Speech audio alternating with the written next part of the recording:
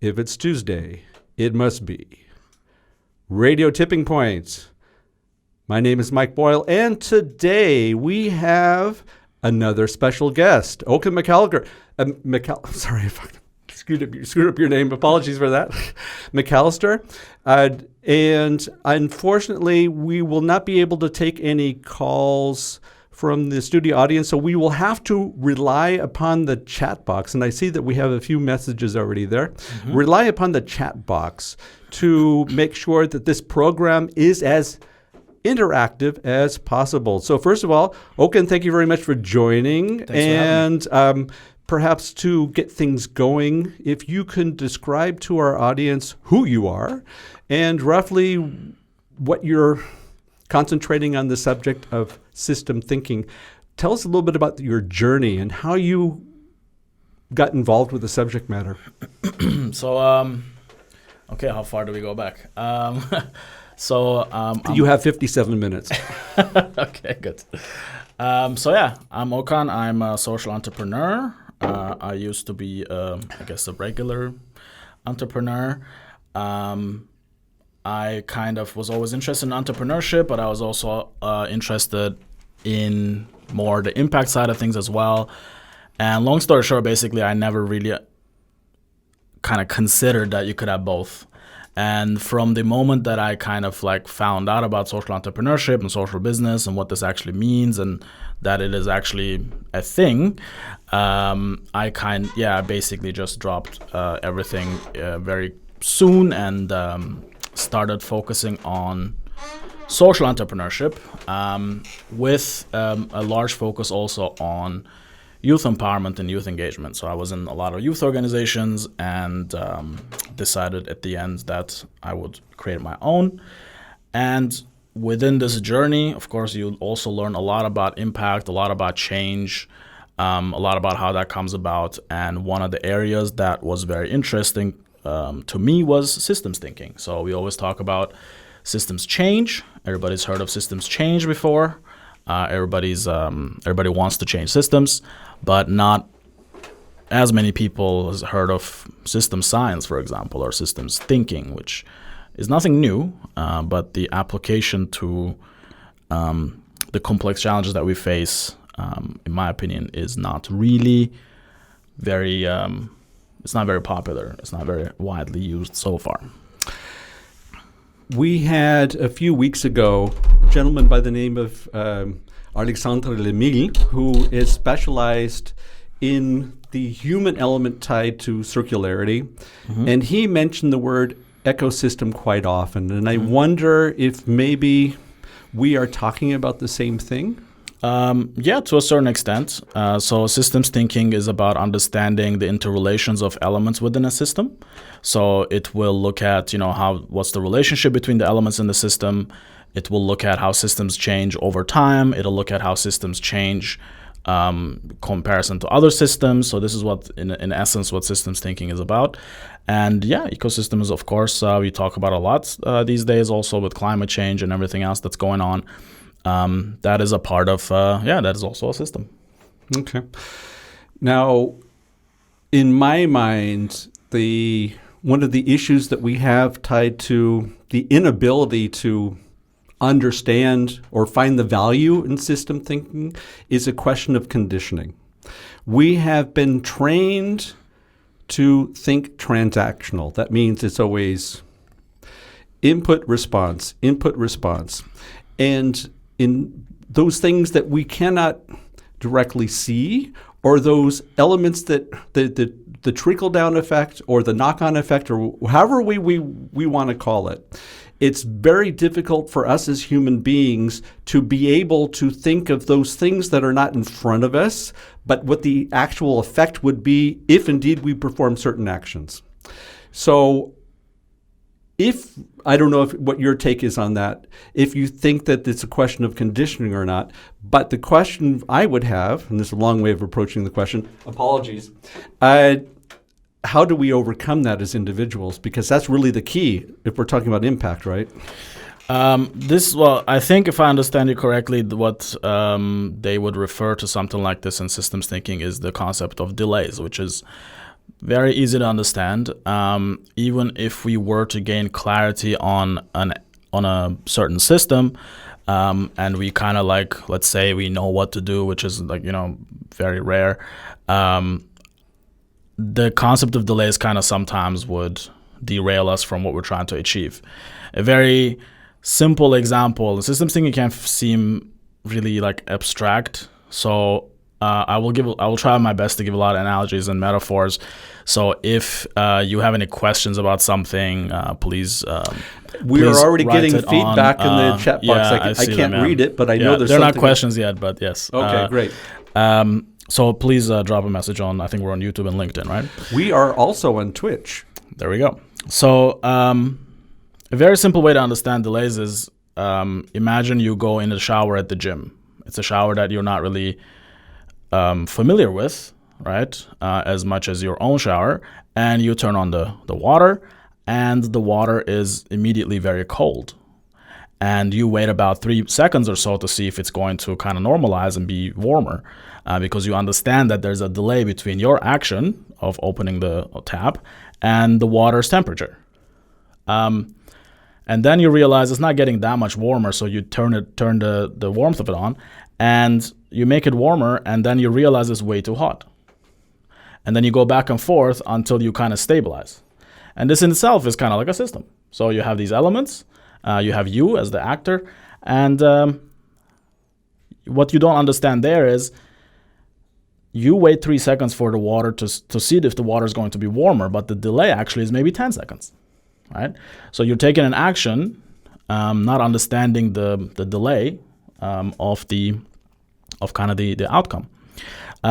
So this is also the case with a lot of the social and environmental issues that we have. This is, I think, for a long time now been discussed in policy. You create a policy or pass a law on something like this, and to see the actual impact of what this does, it takes a very long time.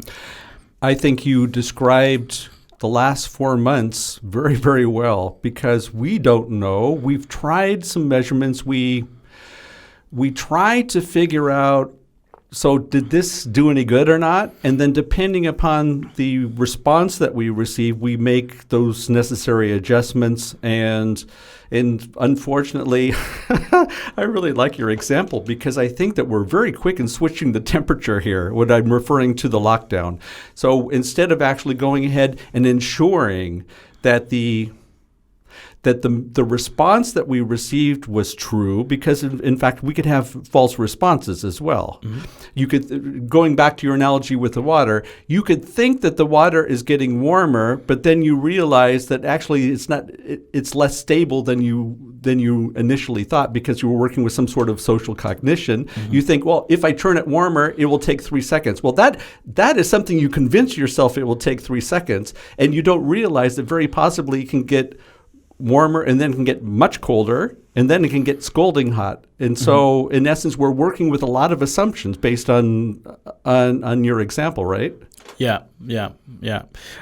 When it comes to what's happening kind of with this virus, systems thinking actually is very, they have very kind of classic models on explaining how they spread, and they've actually done some good work in, I think it's Complexity Science Hub that did this, or at least it was maybe led by them, I'm not sure now, on kind of like predicting and also like kind of explaining more accurately how the virus kind of spreads in Austria, and how does it kind of work.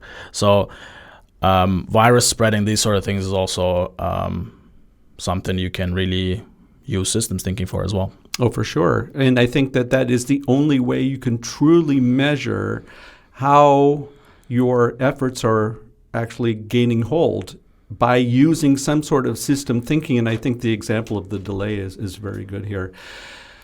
I still like to go back to this concept of what I call conditioning and the individual.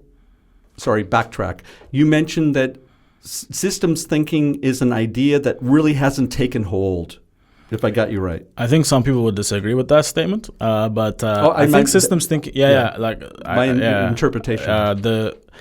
I think systems thinking can be used. Systems thinking will mean different things to different disciplines, right? They also use systems thinking in business as well. because that's also a system, right? And this was more popular, I think, if I'm not mistaken, 90s or so in management. This was kind of like a trend. When it comes to something like climate change, of course, people are using it. There are a lot of organizations, but the general kind of approach doesn't seem to be based on systems thinking. And if you want to zoom out, of course, everybody has a theory of change, and systems thinking is, one of these potential approaches as well. So, but I don't see a lot of examples of this being used, or I actually do see a lot, but maybe it's my bias to say I don't see enough of it. I actually sympathize very much in this concept, and would argue that we are using it much more. We might not necessarily be calling it system thinking. A case in point, I believe that there's a lot of system thinking to be found within data analytics. And we're talking about sentiment analysis, which is a component of data analytics, that there are clearly elements of system thinking, because the real question we always have is between the causality and I'm forgetting my words. This is terrible. The causality and causation. Sorry? Causation. Causation. Yes, causation. Because we think that something has taken place. For example, today is Tuesday and it rains. The next Tuesday is going to rain, and we think it's Tuesday, it's going to rain. Of course, it's a fallacy, because we built a connection that was not there. It was just I'm losing it here. This is terrible. I need to let you take over. Okan, I think I know what you mean. So the correlation and causation is also actually That's what I was looking for. Very linked to what we were talking about, kind of with impact measurement as well, in my opinion, because what systems thinking was a response for is this reductionist approach in trying to solve problems. So this is still the way we do research, for example, and it's very advantageous for many things. You break down a concept, and you create silos within that concept, you put boundaries, and you just really research and really try to understand that concept. And then the more concepts you understand, the more you try to understand the main concept. So this is kind of like the reductionist approach. In this approach, you can have theories that are very Newtonian, very cause and effect. If I make this move, and it's going to have this impact.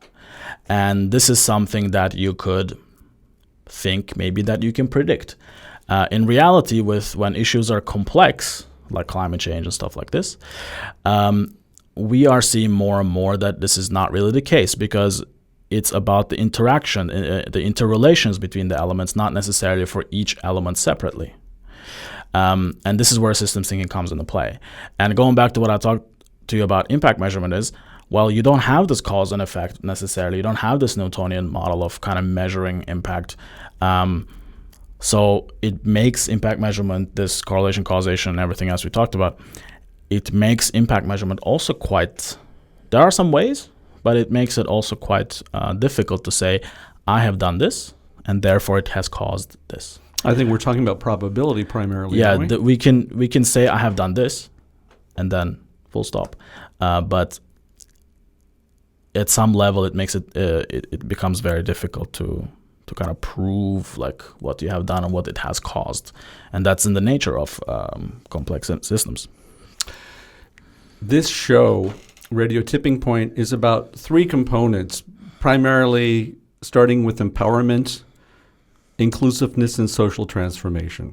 Now, when we started the conversation about you coming on the show, there was a very key element that was, for me, extremely attractive in taking this concept of system change and system thinking, relating it to the individual, and of course, all of these elements that you're basically what comprises you, and certainly all those things that you're doing tied to social. So perhaps if you can explain to me and to everybody else out there, what is this connection for you?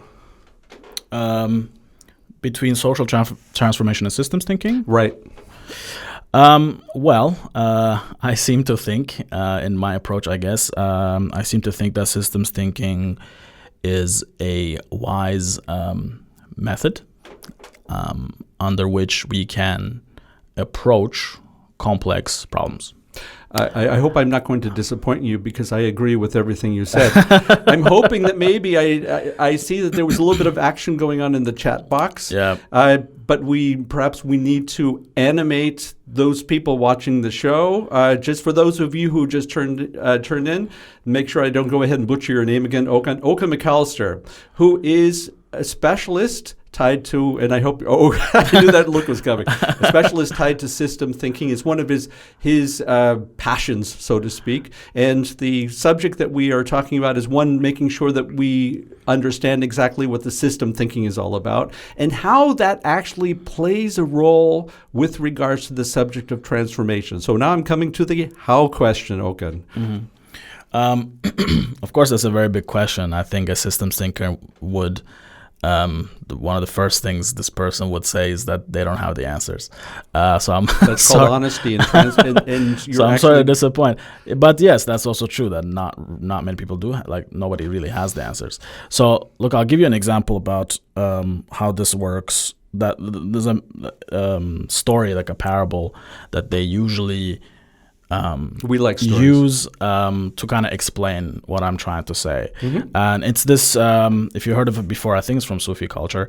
3 blind men encounter an elephant in the forest, and one of them touches the tail, thinks it's a rope. One of them touches the ear, thinks it's a carpet. One of them touches the leg, thinks it's a column. And in their world, in that context, you believing that that's a rope doesn't really change that much for you, because you can still achieve the same things with a tail that you could with a rope. So you're not really that far off. And you're kind of right in your own way. But the problem with complex issues is when you think that it's a rope, then you try to come up with solutions for a rope. And those solutions don't work with an elephant. So for you to have this approach of systems thinking, seeing the whole, as we call it, you need to be able to see the elephant. So this is the difference between this reductionist approach and seeing kind of silos versus seeing the whole and seeing interconnectedness. And this is I think might be a good place to start for us. And this is one of the reasons why we also have the conference, to kind of just bring people together so they can kind of start to see the whole picture. Because when it gets to taking action, you need to really consider the interconnectedness of everything. So when we look at gender equality, when you think about gender equality, you might have certain questions or certain answers you might want to give. When you talk about gender equality and artificial intelligence, then you start asking different questions. When you talk about textile production and gender equality, you start asking different questions. So system science overall and complexity overall also tries to make sense of this interconnectedness. As you can now, maybe your mind is going as to how many other interconnections there are in social and environmental problems, and how it's so huge. How can you make sense of any of this? And this is what system science also tries to kind of make sense of. And I think that's a kind of a good place to start. I think there's another element while you were explaining the actual approach, and I really like the story.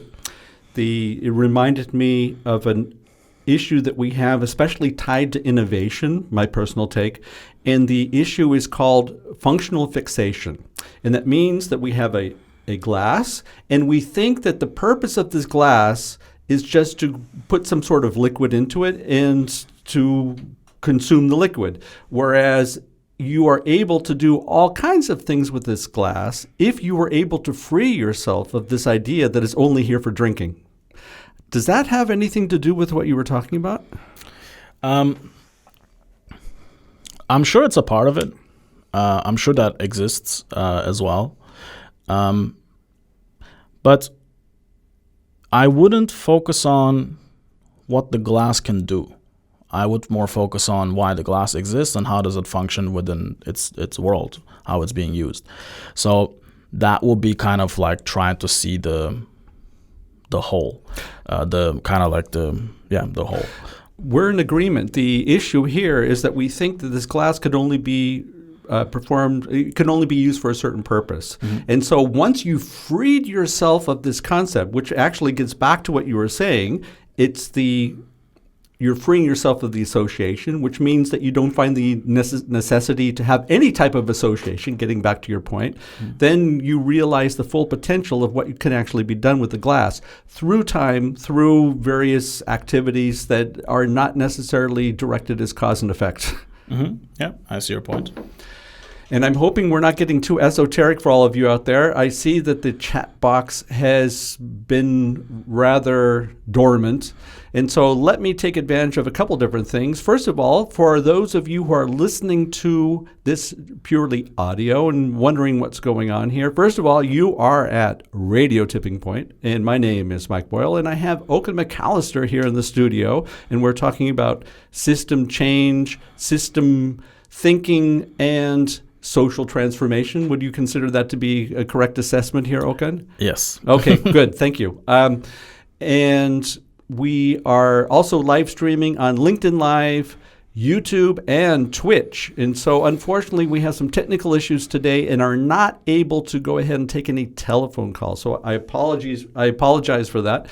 That being said, we have the opportunity for anybody who's watching this live stream to go ahead and ask us questions, and I would definitely welcome the opportunity, Okan, for somebody to come up with a question that we can't answer, because I believe that we can answer all questions. And so that was a very strong statement, or a challenge, so to speak, to all of you who are currently watching this live stream to catch us off guard, because we are live and there is no turning back. If indeed you challenge us in a way that we cannot go ahead and respond, then that's clearly a gotcha moment.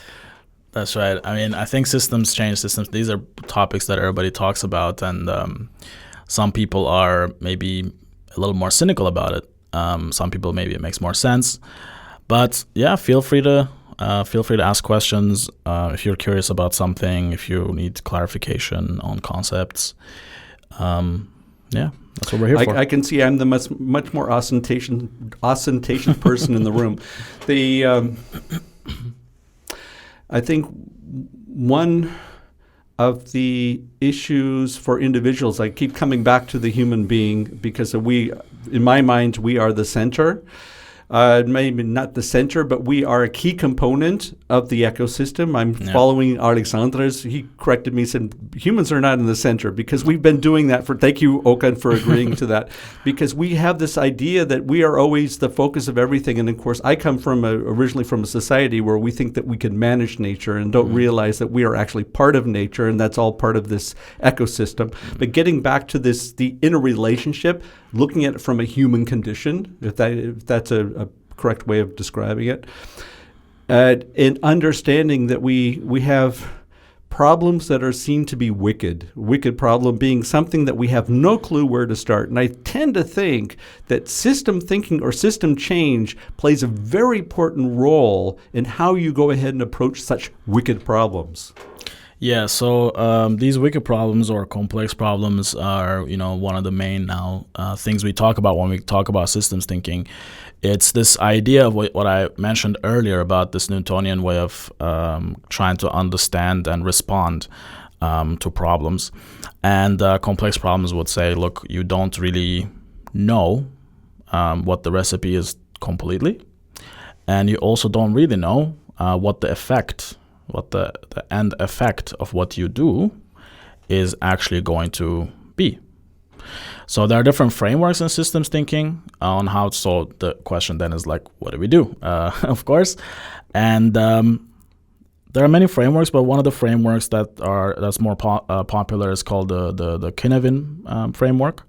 I hope I'm pronouncing that right. It's Welsh. I think it's Kinevin, yeah. You're asking the wrong person. I botched your name if you in the beginning. So if you want to Google it, Cynefin. And you have, there it tries to explain kind of what to do in situations where you encounter complex problems. In other words, what to do in situations where you don't really know the end effect of what you're going to do and kind of where to enter and everything. And one of the things that it suggests is that you need to probe the system. So, and I'm actually writing an article about something very inspired by this framework, which is the idea of a bipartisan public body of some sort that focuses only on failing in social and environmental innovation. Because some small examples of this exist already. They've also tried this in Scandinavian countries with education. So, wouldn't it be nice if we had some sort of a bipartisan body that was a default, kind of like our waste management entity, where it doesn't matter which party is coming and going. That's just the default, that it always will exist. The direction maybe is different and the budget maybe is different. I actually don't know if the budget changes that much, but it's like a default. And this could be like an entity where it's accepted that wins and fails are just that, wins and fails. They're not a part of any sort of party political agenda. And it's accepted that we fail, and we just go ahead and run hundreds and hundreds of experiments on different social and environmental issues that we encounter. And this would be kind of like this quote-unquote systems thinking approach, for example, and trying to find, because we focus a lot on trying to be right, trying to be correct about our approach, right? This is the right approach. This is right because of this and this and this.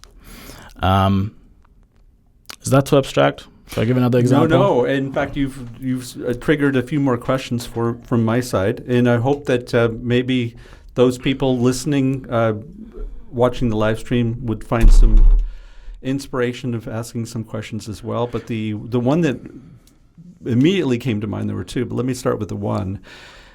When we don't know what the result's going to be, or we think that we achieved that of what we were looking for, very often we have an effect that we did not expect. And let me give you a couple of examples, because I think this is extremely important.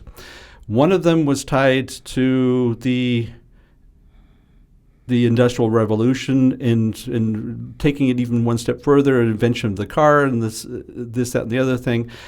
And through that, we did not realize the damage we were actually creating by letting off all the CO2. And in fact, this is something that we've known for longer than I've been on this planet, and that's been a very long time, folks. The Keeling effect, or the Keeling curve, better said.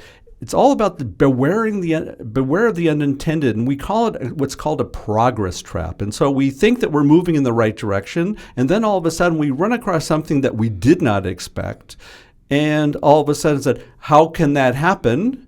And so the question I would have, is there any type within the concept of system thinking, is there something like a fallback and recovery? I'm looking at it very often from an IT perspective. If something didn't work out, in IT it's very easy because you just go ahead and you move back to the previous state. Obviously not so easy when we're talking about the physical world. That being said, is there a concept within system thinking that deals with that subject in some fashion? I think what systems thinking would argue is we are kind of wired to assume there's a point A and point B. We want to set goals and we want to do this, and then we want to reach a certain point. But one metaphor that I've heard about systems thinking also is it's like working on an airplane that is flying. So you don't really, and the airplane never lands. So there will always be something. We have this like fixation of trying to fix a system, or there's this we say broken systems are broken, which is not true at all, and I can elaborate on that a little bit later. You to. That'd be good. We have this thing like I'm going to intervene and I'm going to change something in it, and now it's going to be better. And more accurate way of thinking about it would be I'm going to intervene in the system, not knowing what it's going to achieve, and then I'm going to try to create the optimal outcome for most people. That's kind of like, at some level, what the impact world is trying to do. So, just like startups, if anybody's from the startup world listening and bored. From the startup world, you also have this concept of, the lean startup method, where you try something and then see how it works, and you take that feedback and then build again. And in terms of systems thinking, there's also something similar where you are supposed to at least check what your intervention has kind of caused, what it kind of created over time. But the current structures that we have in terms of, let's say, funding or something like this doesn't really allow for you to do this, because you have, let's say, funding, which is great. We're pretty lucky in Austria, and also I think European Union also, relatively. And you have a project start, a project end, and you deliver your impact and you deliver your project, and you have work packages and stuff like this, and there is no incentive for you to go back afterwards and check if this has really, made the effect that you were hoping to achieve. Or conversely, the one that you didn't want to achieve. Yeah, I mean, there's this popular example I give when I do systems thinking workshops is the island of, there was this case in the island of Kiribati where they were trying to, there are two main livelihoods. One is like coconut farming, one is fishing. And they were trying to make sure that people are fishing a little bit less because there was depletion in the fish stocks.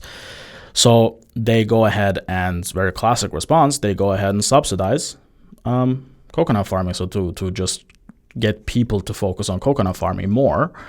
But again, they didn't look at the whole. And what ended up happening is you had more coconut farmers, which is what we're talking about. You have achieved what you wanted to achieve, your outcome. But then what happened there is they spent less time coconut farming. Fishing takes more time. And they made money, and they made more money. And what did they do with that money that they earned? They bought better fishing equipment, and they went fishing in their free time. So these are the elements of the system that the policymakers kind of ignored, because they ignored the fact that fishing wasn't just a job for the people. It was also a leisure activity. It's something they like to do in their free time. So what happened is they had more free time, they had more money, and they just bought better fishing equipment, and they were fishing more efficiently, and the fish stocks actually ended up depleting more. So this is a classic example of what we are talking about. Extremely interesting. And my first reaction when I hear a story like that is that, to what degree did the individuals who started that initiative take the time to deal with the locals, and perhaps even bring the locals into the process of coming up with a model, making the decision, and ensuring that they were part of the validation process? And I'm thinking out loud, and of course that's easier said than done, but I'd be curious on your opinion on that. This is what also we refer to as co-creation. So this is exactly how you should kind of approach. If you're trying to see the whole elephant, regardless of how expertised you are in ropes or tails, it's going to be very difficult for you to understand the interconnectedness between the tail and the rest of the elephant's body, if I continue with my metaphor. Well, the only way to combat this kind of is to have a co-creation process. So bring in people that are experts, and we do have them, and try to see the whole elephant and try to see the interconnections of everything that you're trying to do and the problem that you're trying to solve. And this is one of the, I don't want to say the easiest thing, because I think some people would argue it's very difficult depending on which issue you're tackling. But this is just a mindset. And for some people, systems thinking is a mindset. For some people, it's a tool. Some it's a philosophy. This is a certain mindset that we need to embody, whether you're listening to this working for a company or an NGO, or you're a change maker in general terms, that you want to, you're in this impact world. Co-creation is one of the first things, right? We want to, in social entrepreneurship, I'm jumping from topic to topic a little bit, but no, you're not. For social entrepreneurship, there's this thing where you have this entrepreneur, and you have this as kind of like the hero, this person that founds things and affects change and all this stuff. And this is also like this is inaccurate, right? So change doesn't happen with change happens when people take charge. That's also one, but from a systems perspective, you don't impose change. How systems change happen is you help unlock the conditions through which a system changes. So this is a big distinction, because this is the difference between, I'm going to start a company and I'm going to change everything. And I'm the kind of like the protagonist, and like I'm going to affect change. And the other one is we're all kind of like a speck of dust. You can be the most successful social entrepreneur in the world, or the most funded and most well-known NGO in the world. You cannot do without everybody else in this ecosystem, in this impact. So at a meta level, I get asked sometimes, veganism or zero waste and stuff like this. Yes, they're all impactful to some degree, right? We should all understand that we play a part, and we play a big part, small part. That part for me is not that important. And we're all kind of like these specks of dust, and you cannot achieve anything just by yourself, regardless of how funded, how well-known, who's backing you, all this stuff. And this is a characteristic of a complex problem. There's no one size fits all answer, and there's no one organization in the world that can fix it. If that's the case, then it probably wasn't a complex problem to begin with. So tying it back to what we're talking about, co-creation in this perspective becomes one of the most underrated, in my opinion, one of the most impactful things you can do. Wow. You could not realize this, but you described the modus vivendi of this program, because it's all about empowerment. And the whole idea is that one individual, alluding to that of what you mentioned, tied to the hero, the person who comes in who is supposed to save the day, whereas in essence that is an illusion, and in fact is very dangerous, I would argue. But actually we're talking about the collective, the power of the many, which allows us to go ahead and accomplish those things that we can never accomplish otherwise. The problem, I think the dichotomy, lies in the fact that, getting back to this concept of a wicked problem, we as individuals keep saying, this is so big, I cannot solve it. But getting back to what you were saying, and that was so beautiful what you just said, Okan, that we all have a small part to play in all of it, and it's the collective of all of our actions that allow us to go ahead and achieve those things. And maybe I'm reading too much into what you were saying. You can correct me, and I know you will if I if I finally finish talking here. But all kidding aside, but it's the collective that allows us to go ahead and accomplish those things. I do have going back maybe about 5 minutes, when you were talking about this idea of expertise, I struggle with this word, because in my mind, there is a certain expertise that everybody can bring to the equation. Of course, we can measure the magnitude. There was a saying that I read recently from Bill Nye, the science guy, who said that everybody can tell you something you didn't know already. And I think that falls directly in line with what you were talking about. And it's the whole idea, and that for me, that would be the basis of co-creation.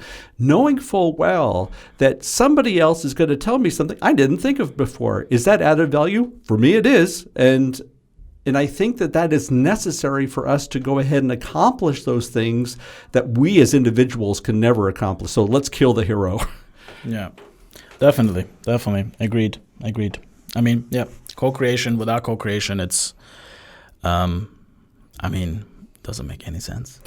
No, it certainly doesn't. And there was last week I had a show on empowerment, and the subject was empowerment and now what? And so what I did was I looked at it from a couple different perspectives, one being from the corporate where the boss says you are now empowered, where in essence it doesn't mean anything because we empower ourselves. Empowerment is not something that's bestowed upon us, but rather something that we develop as individuals, number one.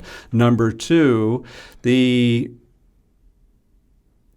problems or the stumbling blocks that we have to reach that empowerment are huge. And you alluded to this tied to the startups, but I think in multiple respects. And then in the subject that I called fear of failure, and I know you're familiar with this one.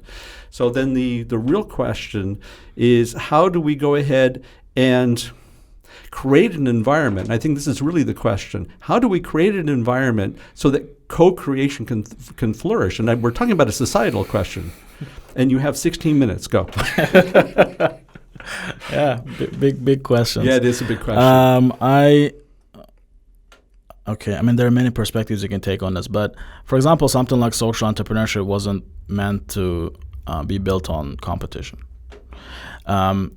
We have my background is in business and finance, and in this world, you would have if you were to build a company and you have a bunch of industry secrets, this is your USP, this is your unique competitive advantage, right?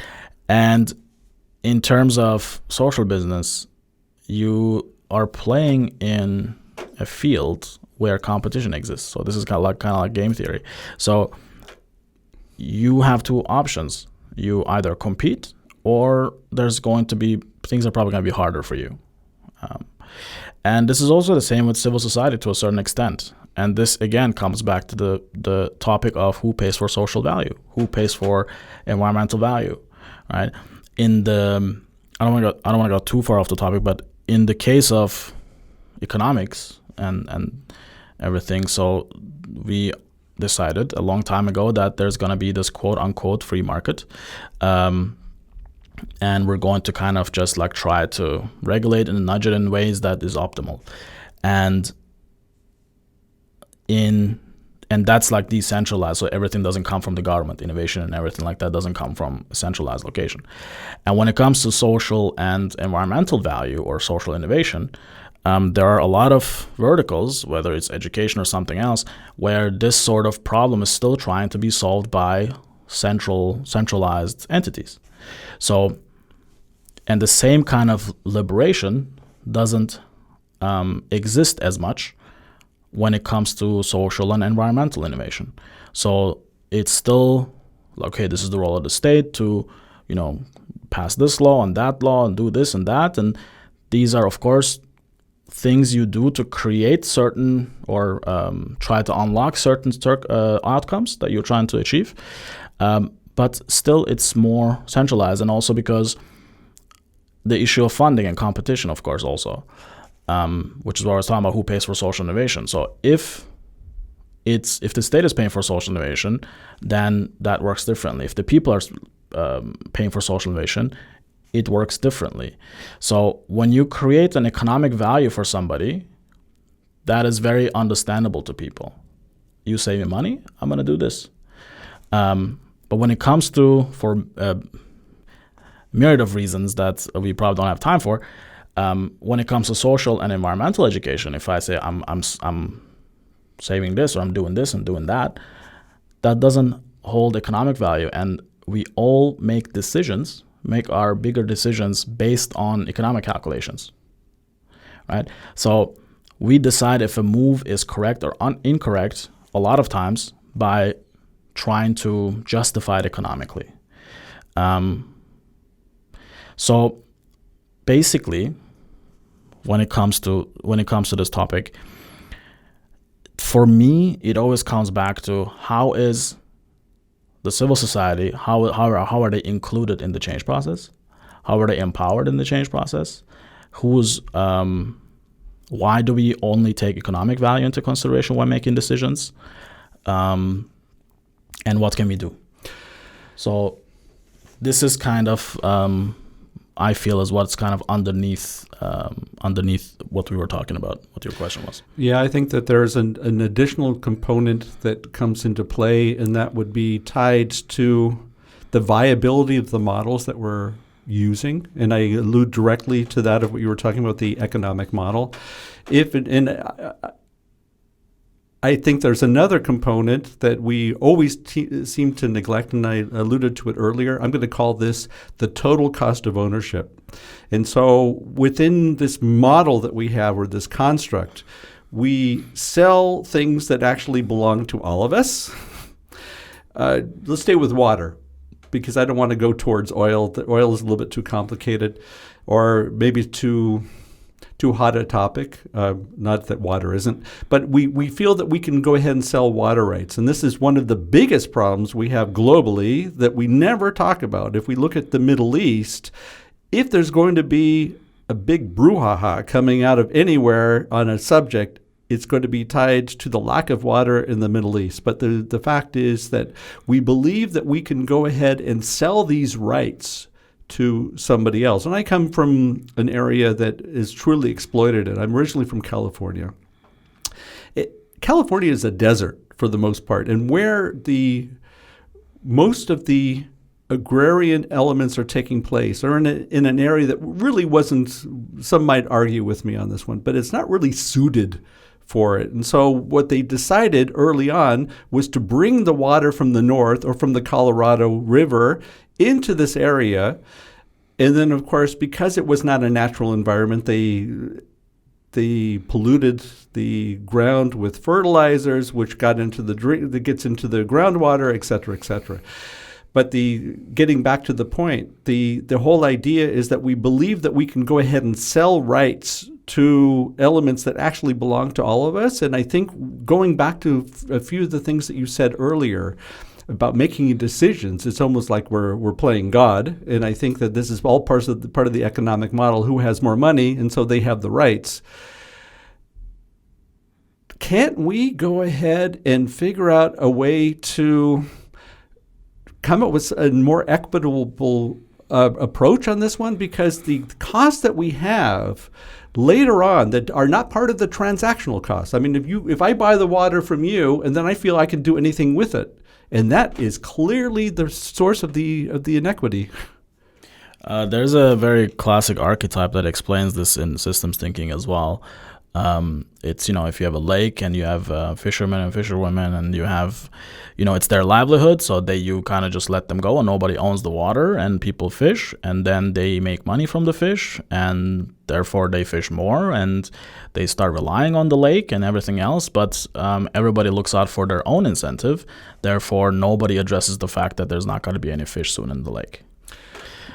Now we're directly in commons area, because these are the elements to be found within the tragedy of the commons. Well, not only that, but the whole idea of, if we look at Elinor Ostrom in the approach of how we can better manage these things, then the whole structure rises and falls in a governance of how we actually go ahead and I'm going back to your example with the fishing. So we need to come up with some sort of governance model which enables us to go ahead and enforce it, so that people realize that if it does not work, then, if they are abusing the governance structure, then there is a price to pay. And and Eleanor talks about a very clear approach, and that you don't go ahead and come out with a hammer right away, that you take a more gradual approach to ensure that the message is understood, and making sure that we did not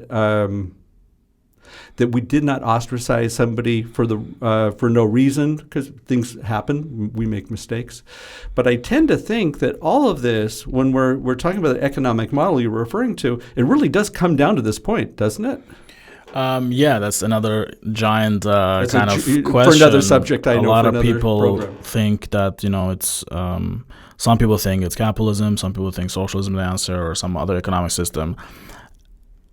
I more think of it from a perspective of, we don't know what the hell we're doing. So this is just, I don't want to get into philosophy of science and stuff now, but at some level, we still haven't found the best way to govern things, best way to build a society, and it's just what we've came out with. So this is also, I think, tied to what I said earlier about systems are not broken. And this is important to understand because what happens a lot of times, and I'm in the impact bubble, whatever you want to call it, what happens a lot of time is you have, you meet your friends and you talk about these issues, and then the conversation gets to a point where somebody says, oh, the system is broken, oh, it's capitalism, oh, it's something else. Okay, I'm not denying that capitalism has a big impact on what we're going through, but the part that I care about more is what happens after that sentence. So what happens after that sentence usually is you take another sip of your drink and then you move on with your life. And this is where, as somebody who's trying to educate myself on systems thinking, that's something that frustrates me, because systems are not broken. It's like saying that the cloud is broken because it's raining. So systems create outcomes and output of some sort. And when you say system is broken, it's kind of this blanket answer that there's nothing we can do about it. That's what it implies. It's just broken. It's just me against the system, etc. There's no against the system. You're a part of the system. You're a part of the outcome. Maybe you didn't willingly vote a certain way and whatever to create this outcome, but it doesn't take you away from the system that you're in. And just because the system doesn't create an optimal outcome for you doesn't mean that the system is broken. The biggest, because if you talk about capitalism is great for people who have capital, right? So it's when you don't say that, when you don't say that systems are broken, it allows for a certain discourse. Who does the system work for? Why? What are the structures in place that allow for this to go on? What are the mindsets in place that allow this to go on? Right? There's a very simple model for people who are getting into systems thinking called the iceberg model. Some people refer to iceberg metaphor more scientifically correctly. You can Google this. It's very easy to understand. That kind of tries to explain to you what is kind of underneath the visible consequence of the thing that you're trying to fight. So if you're trying to, combat homelessness, there's a lot of things underneath that. Homelessness, somebody ending up homeless, is a consequence of a lot of things that happen. And systems thinking would look at the entire kind of depth of what is happening. So, yeah, I mean, I don't know what kind of economic system or a political system or whatever system that we should adopt to fix everything. Don't or whatever. worry, we don't expect you to be a hero, Okan, don't worry. But I just find this sort of mindset to be more congruent with the outcome that you would like to achieve. Did I understand you correctly? I think in that of what you just said, you told us there's no such thing as a wicked problem. There are definitely wicked problems. It's just the thinking that these wicked problems create systems or are a part of systems, and this what breaks the system. I think that narrative needs to start to change when we talk about the system doesn't provide the outcome I would like, or the system doesn't provide the optimal outcome for environmental sustainability. I think there's a big difference between these two statements. If we do the latter, if we do the second statement, I think that leaves a lot of room for discourse. And if we keep saying systems are broken, which also from a systems thinking perspective, I know it's just colloquially, but from a systems thinking perspective also is not something that really exists to some extent. I think this language is what I'm trying to say, is this language needs to start to change so that we can have a discourse about who does the system work for very well, why, what are the mindset that keep the system that way, what are the structures that keep the system that way, and then if you're in this impact bubble and you want to make a difference, then we can have a discourse about how do we kind of approach that problem. There was something else that I heard in that of what you were saying, and I would phrase it as, we don't know what we don't know and we don't like it, and so we're always trying to manage that in some fashion. Whereas from that of what I'm hearing from you, Okan, part of the idea of system thinking is a question of acceptance, that you accept it.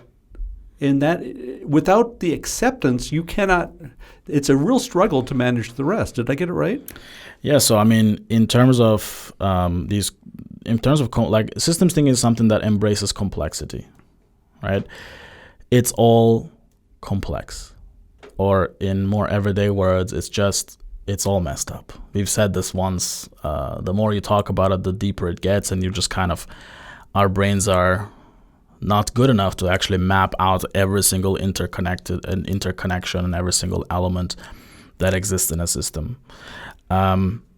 So it's just something that embraces complexity. In my personal opinion, it's just a more healthier way of looking at complex systems and not try to, have this top down, like, I'm going to manage this system. I have the full overview somehow, and, it's going to work.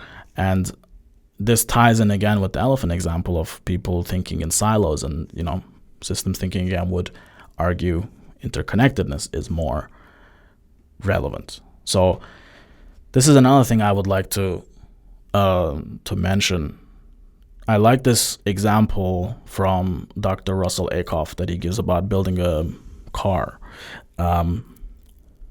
So if you were like to, and the irony is not lost on me that I'm talking about a car, if you were to try to create the best car in the world, and you would bring in the best seats, you bring in seats from, can we say brands here? Yeah. From as long as you can do it in less than a minute. We only have a minute left. From a Maybach, or we bring in kind of transmission from a different brand, and et cetera, and we bring the best parts of each car brand and put them in a room. You wouldn't have a working car because those parts wouldn't work together. So what that means for us is, you can be right about degrowth, you can be right about this, you can be right about that, but as long as we don't have a system where all of those elements work together, then this transformation that you're hoping for wouldn't happen. So this is why it's very important to see the whole elephant.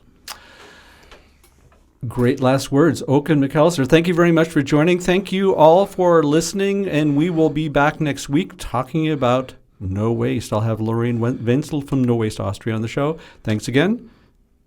Talk to you soon. Bye.